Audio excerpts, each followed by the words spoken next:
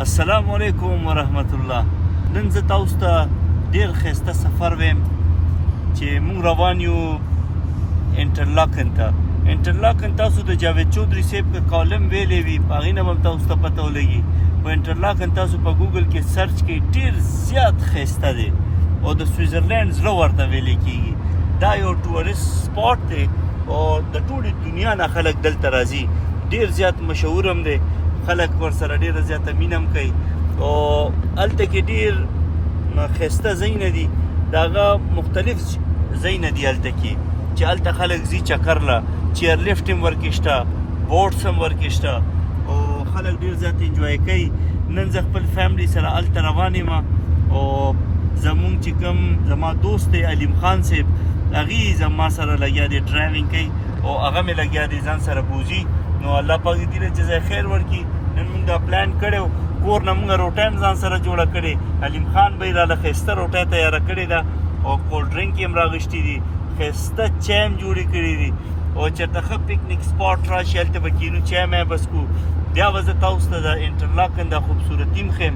تاسو په لاره باندې دا غرونه وګورئ، دا ونې بوټي وګورئ، دا څومره ښایسته علاقې دي.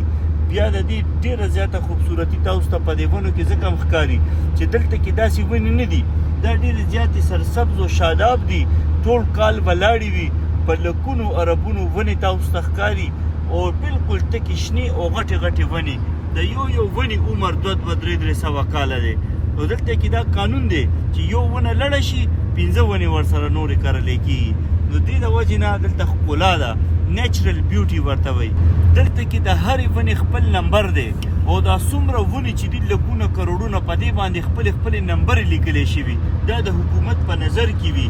د دې 26 صوبې دي او د هرې صوبې خپل قانون دی او د هرې صوبې لاندې چې څومره ونې راځي که یو ونه لړه شي 5 ورسره نورې کري او د هغه رنګ د دې دا لایف روان وي.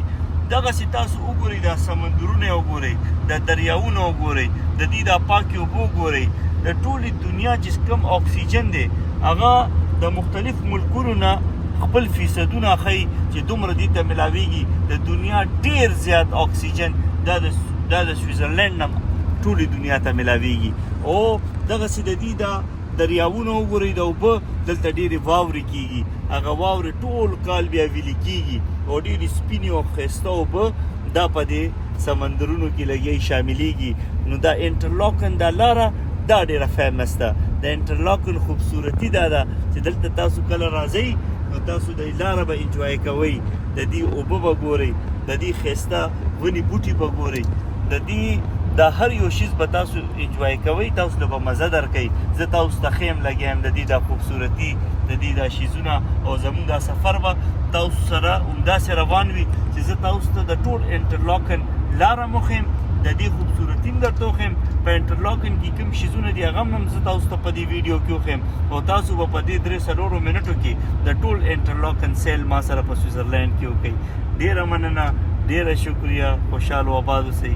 السلام علیکم ورحمت الله.